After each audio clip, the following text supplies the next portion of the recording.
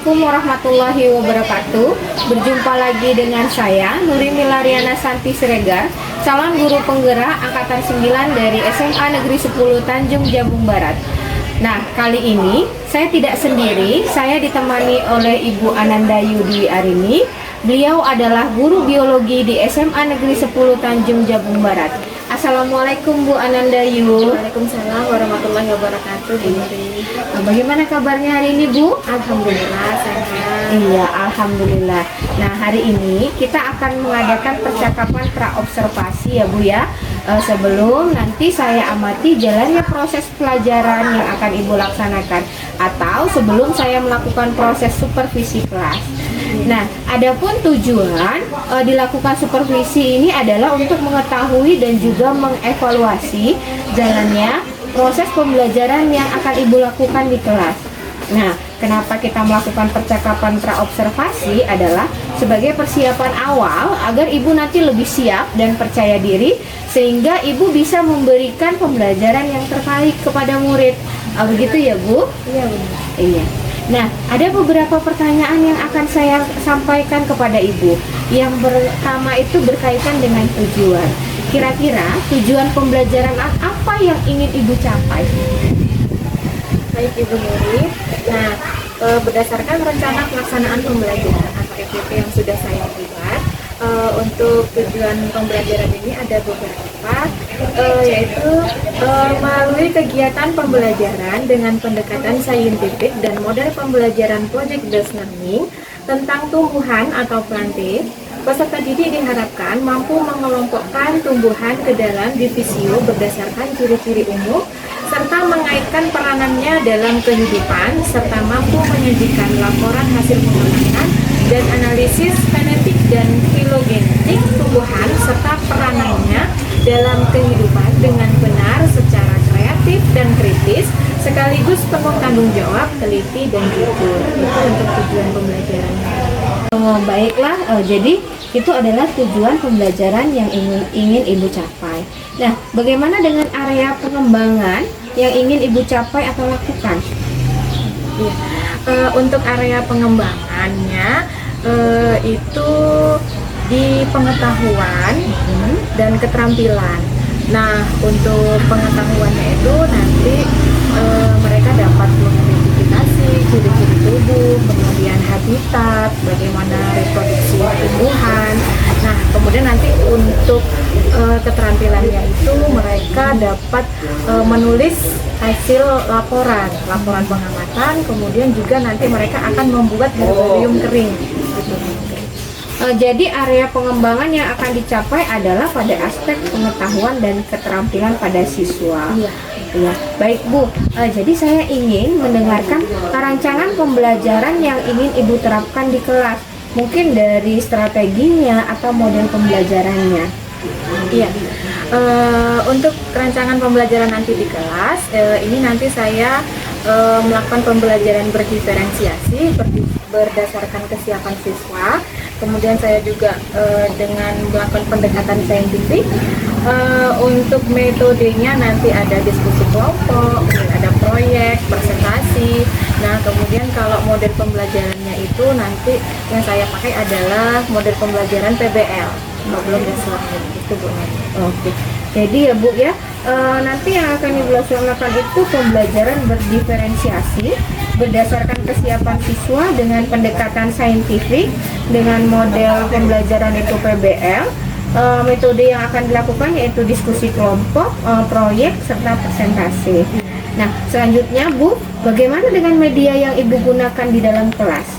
Oh ya, di sini untuk media yang saya gunakan itu nanti ada LKPD, kemudian nanti saya juga akan tampilkan PPT, saya akan tampilkan gambar-gambar tumbuhan mulai dari tumbuhan gimnosperme, ada angiosperme. Nah, kemudian di sini ada laptop, LCD itu nanti alat dan media yang. Nah, oke. Nah, baik Bu, kira-kira nih kapan Ibu melaksanakan kegiatan tersebut? Hari apa dan jam berapa? Seperti itu. Kegiatan ini nanti akan saya laksanakan, kebetulan saya ada jam di kelas 10 IPA itu di hari Senin. itu jam ke-2 sampai ke-4. Baik, jadi hari Senin di kelas 10 IPA jam kedua sampai dengan jam keempat ya. Nah, nanti saya akan datang ke kelas Ibu, saya akan melakukan supervisi kelas dan saya akan melihat dan mencatat hal-hal apa saja yang terjadi.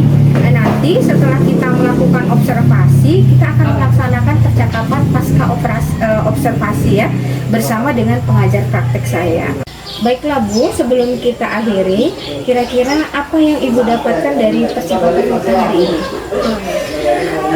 Untuk yang saya dapatkan hari ini, saya mendapatkan gambaran apa-apa saja nanti yang akan saya laksanakan di kelas, juga nanti masukan dari Bu Nurip juga nanti akan saya terapkan di kelas gitu Bu.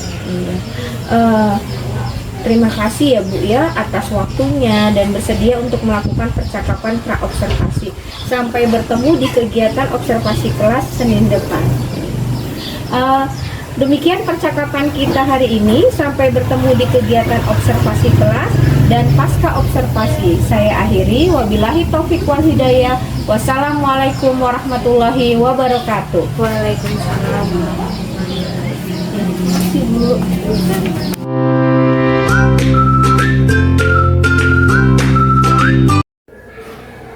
Assalamualaikum warahmatullahi wabarakatuh. Waalaikumsalam warahmatullahi wabarakatuh. Oke, selamat pagi semuanya. Pagi, luar biasa, tetap semangat, sehat. Oke, terima kasih. Semangat semuanya ya. Ya Bu. Sebelum kita mulai pembelajaran, marilah kita berdoa terlebih dahulu. Silakan ketua kelas untuk memimpin doa. Teman-teman, kita belajar, mari kita berdoa, berdoa dan berdoa. Doa mulai. Selesai. Oke, terima kasih untuk ketua kelas sudah memimpin doa. Kita absen dulu ya nak. Ya Bu. Nah, adakah yang tidak hadir hari ini? Ya. Ada, Brian. Brian. Oh iya. Rambo, Brian dengan bolos. Rambo. Oke. Oke. Ibu lihat masih ada yang belum semangat. Oke. Bagaimana kalau kita fokuskan dulu dengan ice breaking? Siap? Ya. Siap ya, kita ice breaking dulu ya. Ikutin ibu ya. Ya Bu. Iya. Yuk, coba. Kalau ibu bilang tepuk satu. Lagi ulangi. Tepuk satu. Tepuk dua. Tepuk tiga. Oke. Tepuk empat. Ulangi ya, tepuk empat ya. Tepuk empat. Nah, sekarang fokus. Dua kali tepuk lima. Oke, tepuk tangan untuk kita semua. Oke, terima kasih. Berarti kalian sudah fokus semua, sudah siap belajar. Nah, sebelum kita masuk ke materi ini, coba siapa yang ingat materi kita pertemuan sebelumnya? Saya Bu. Oh, oke. Ana, kita di pertemuan kemarin kita mempelajari tentang lumut dan paku, Bu. Oke, iya benar. Jadi di pertemuan kemarin kita sudah mempelajari tentang lumut dan paku. Sudah paham semua ya, lumut dan paku ya? Sudah Bu. Oke, kemarin juga kita sudah melakukan praktikum, kita sudah mengetahui ciri-ciri morfologi dari tumbuhan lumut dan tumbuhan paku. Nah, berikutnya kita akan mempelajari yang lebih tinggi lagi dari lumut dan paku. Nah, maka dari itu kita akan mempelajari tentang tumbuhan apa nak? Spermatofita. Tumbuhan spermatofita atau tumbuhan bergigi. Nah, adapun tujuan pembelajaran kita hari ini adalah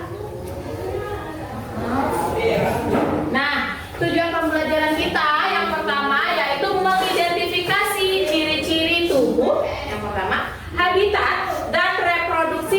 tumbuhan berbiji. Nah, kemudian yang kedua, nanti kita juga akan kalian akan mengetahui peranan spermatofita, manfaat spermatofita untuk kita di kehidupan sehari-hari itu bagaimana. Nah, kemudian selanjutnya kita dapat mengklasifikasikan berbagai jenis tumbuhan di lingkungan sekitar kita. Nah, namanya tumbuhan berbiji atau spermatofita ini sangat dekat sekali dengan kita. Sangat banyak sekali tumbuhan-tumbuhan yang termasuk ke dalam tumbuhan spermatofita. Oke? Nah, baik anak-anak, langsung saja kita ke materi tumbuhan spermatofita ya, atau disebut juga dengan tumbuhan berbiji. Nah, tumbuhan berbiji ini dikelompokkan menjadi dua kelompok besar berdasarkan letak bijinya, yaitu tumbuhan berbiji tertutup dan tumbuhan berbiji terbuka. Disebut dengan yang tertutup disebut dengan angiospermae, sedangkan yang terbuka disebut dengan gimnospermae. Nah, nanti tumbuhan berbiji tertutup itu terbagi lagi menjadi dua, ya. Ada tumbuhan berkeping satu disebut dengan monokotil dan tumbuhan berkeping dua itu disebut dengan dikotil. Nah, untuk kali ini saya akan membagi kalian menjadi 3 kelompok, ya. Kelompoknya itu sama dengan kelompok yang materi sebelumnya. Nah, saya akan membagikan LKPD ini yang harus kalian kerjakan, harus kalian diskusikan dengan kelompok kalian, ya. Ini saya bagikan.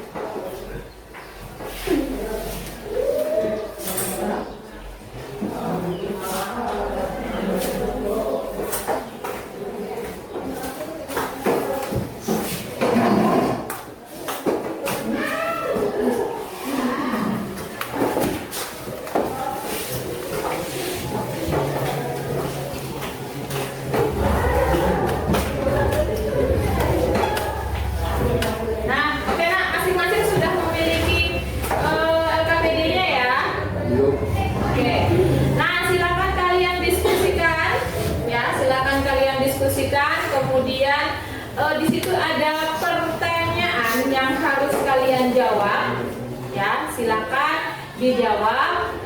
Ibu beri waktu 15 menit untuk menjawab soal-soal yang ada di LKPD. Oke, disilakan.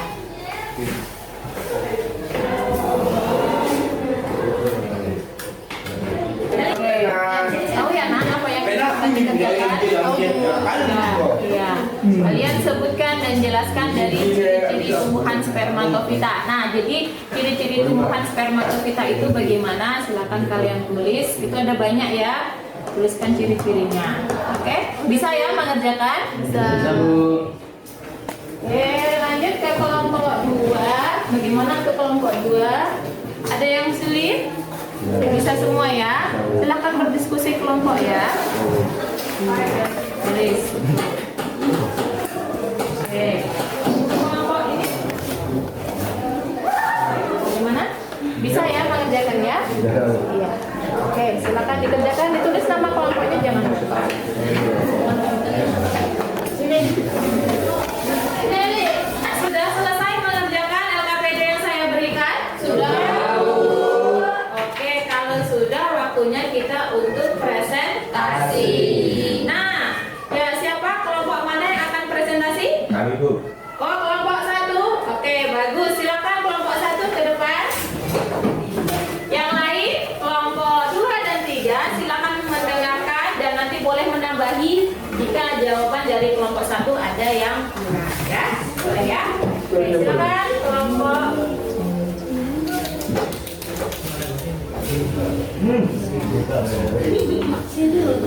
Gantengnya ya? Biar nggak kena. Boleh, silakan langsung.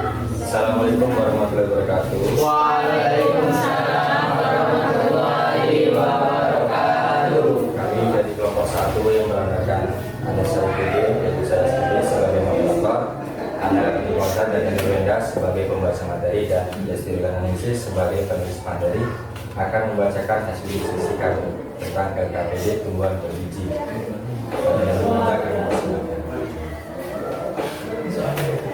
Ya, langsung masuk dari soal yang pertama. Sebutkan dan jelaskan ciri-ciri tumbuhan spermatofita. Oke, coba kelompok lain dengarkan. Sesuaikan dengan jawaban kalian ya. 1. Menghasilkan biji sebagai alat perkembangbiakan. 2. Cara hidupnya autotrof. 3. Mempunyai berkas pembuluh. 4. Mikroskopis dengan ketinggian bervariasi. Ya, itu dari kelompok Kelompok 1. kelompok 1. Oke, bagaimana dengan kelompok 2 dan 3? Apakah setuju? Setuju. Ada yang ingin menambahi? Oke, boleh Rini, silakan menambahi jawaban dari kelompok 1. Ya. Mempunyai alat kelamin yang jelas dan menghasilkan embrio, sama habitatnya di darat, ada beberapa yang hidup mengapung air. Nah, iya. Jadi itu tambahannya ya. Nah, jadi ciri-ciri dari spermatofita itu yang pertama berarti dia sistem reproduksinya itu menggunakan apa? Biji. Iya. Nah, itu yang sudah kalian sebutkan sudah benar. Bagaimana dengan kelompok 3? Sama? Setuju? Setuju. Oke, setuju. Silakan lanjut. Nomor 2. Sebutkan jenis-jenis tumbuhan spermatofita. Jenis-jenis tumbuhan spermatofita ada 2, yaitu angiosperma dan gymnosperma. Bagaimana? Setuju. Benar ya. Jadi jenis tumbuhan spermatofita itu ada 2 kelompok besar. Ada angiospermae dan gymnospermae. Oke, lanjut. Nomor 3. Jelaskan perbedaan dari tumbuhan angiospermae dan gymnospermae. Ciri-ciri angiospermae, ciri-ciri daun, pipi dan lebar. Batang tidak bercabang, biji terlindungi, habitat air dan darat, reproduksi bunga. Contoh tumbuhan padi, jagung dan lengkuas. Gymnospermae, ciri-ciri daun, jarum. Batang bergabium dan bercabang. Biji tidak terlindungi oleh daun dan buah. Habitat di darat, reproduksi strobilus. Contoh tumbuhan melinjo dan pinus. Sudah. Ya. Sudah, bagaimana? Kelompok yang lain setuju? Setuju. Sudah benar jawabannya ya. Nah, sekarang pertanyaan terakhir. Silakan. Boleh nanti kelompok yang lain yang akan menambahi ya. Ya, Bu. Pertanyaan terakhir yaitu nomor 4. Jelaskan peran tumbuhan spermatofita untuk kehidupan manusia. Yaitu ada 4, tanaman hias, obat-obatan, makanan, dan industri. Benar? Ada yang lain?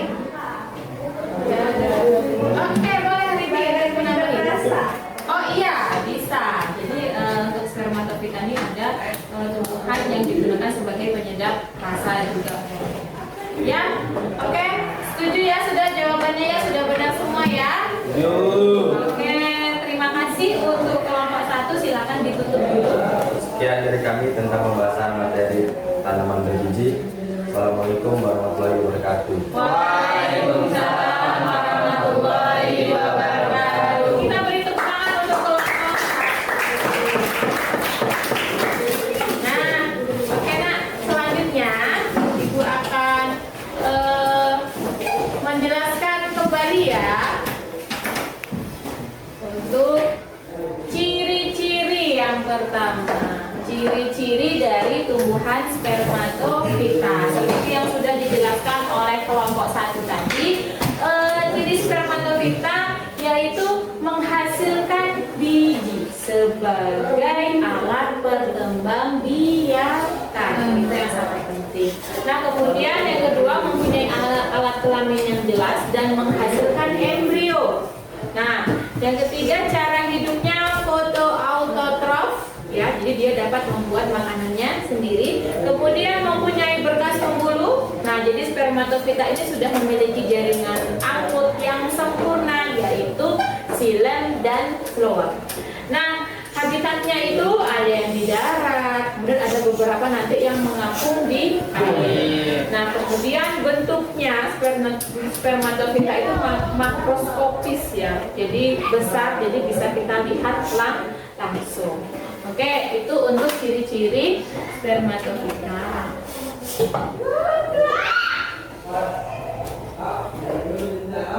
Nah, ini dia yang pertama, menghasilkan biji sebagai alat perkembangbiakan. Apa di sini ya? Gambar. Nah, ini merupakan contoh-contoh tumbuhan spermatofita. Biji itu ciri-ciri yang utama. Nah, kemudian, nah, ini untuk perkembangbiakannya. Ada embrio sudah saya jelaskan tadi. Kemudian cara hidupnya foto autotrof, dia dapat membuat makanannya sendiri dengan cara fotosintesis. Oke, lanjut. Nah, ini untuk berkas pembuluh.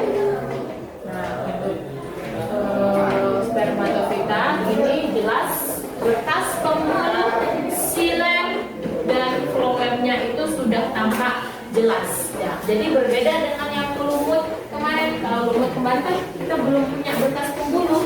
Nah, spermatofita ini sudah memiliki berkas pembuluh. Oke, lanjut.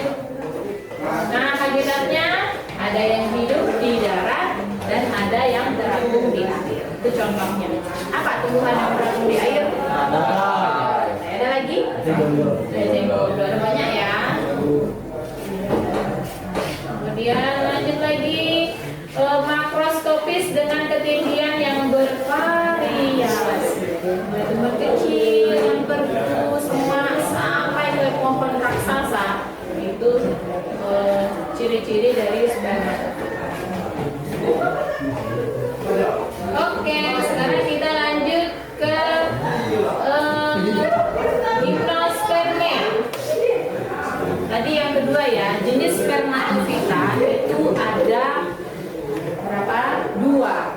Ada gimnosperme dan ada amniosperme. Nah, ciri-ciri gimnosperme. Akarnya, gimnosperme itu adalah akar tunggang dan berkambium. Kemudian batangnya itu berkambium, bercabang, bijinya itu tidak terlindungi oleh daun buah. Nah, kemudian bentuk tubuhnya itu perdu, jadi mulai pohon yang sedang sampai ke pohon yang tinggi, pohon raksasa.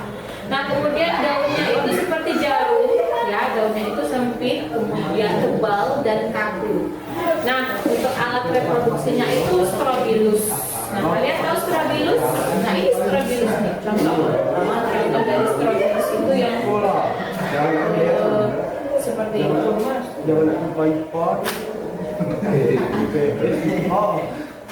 Nah, ini untuk klasifikasi gimnosperme. Nah, ya. Klasifikasinya itu ada 4 ya, gimnosperme. Ada netine, ada conifer, ada citadine, dan ada gymphoine. Nah, ini ada contohnya masing-masing. Netine, melinjo, pernah ya lihat? Kemudian pinus itu yang sebelahnya. Nah, itu yang kayak bunganya itu dinamakan dengan strobilusnya. Itu alat perkembangbiakannya. Nah, kemudian ada papis haji dan ada ginkgo biloba. Itu contohnya, gambarnya seperti yang oke, paham ya untuk gimnosperme? Nah, lanjut ke amniosperme. Nah, tumbuhan berbiji tertutup. Nah, kebalikannya dari gimnosperme tadi. Ya, sudah? Nah, itu tadi pembelajaran kita hari ini. Nah, saatnya yang terakhir kita akan membuat kesimpulan. Ya, siapa yang bisa menyimpulkan pembelajaran kita hari ini? Saya, Bu. Oh, oke. Ada Rio, ada Elis. Siapa nih yang duluan? Elis dulu ya. Oke, silakan Elis. Kesimpulannya, saya jadi mengerti ciri-ciri spermatofita, yaitu ciri spermatofita? menghasilkan biji sebagai alat perkembangbiakan, mempunyai alat kelamin yang jelas, dan menghasilkan embrio. Cara hidupnya fotoautotrof, Ya. mempunyai berkas pembuluh, habitatnya di darat, ada beberapa yang hidup di air, dan makrofofis dengan ketinggian bervariasi. Oke, tepuk tangan untuk. Nanti terjawab sudah ya, terjawab sudah tujuan pembelajaran kita hari ini. Jadi kalian dapat mengetahui bagaimana ciri-ciri tubuh dari spermatofita. Oke, tadi Rio tepuk tangan juga. Ayo silakan Rio kesimpulan kita hari ini. Saya jadi mengerti peranan tumbuhan spermatofita. Yang pertama sebagai bahan industri, yang kedua sebagai bahan obat-obatan, yang ketiga sebagai bahan makanan, yang keempat tanaman hias, terakhir penyedap rasa. Oh, oke, tepuk tangan untuk Rio. Nah, Ibu sekarang tanya, tadi kan sudah kesimpulan, sudah benar semua ya, tujuan pembelajaran kita sudah terjawab. Nah, bagaimana perasaan kalian hari ini? Senang. Pelajaran hari ini. Nah, terima kasih ya.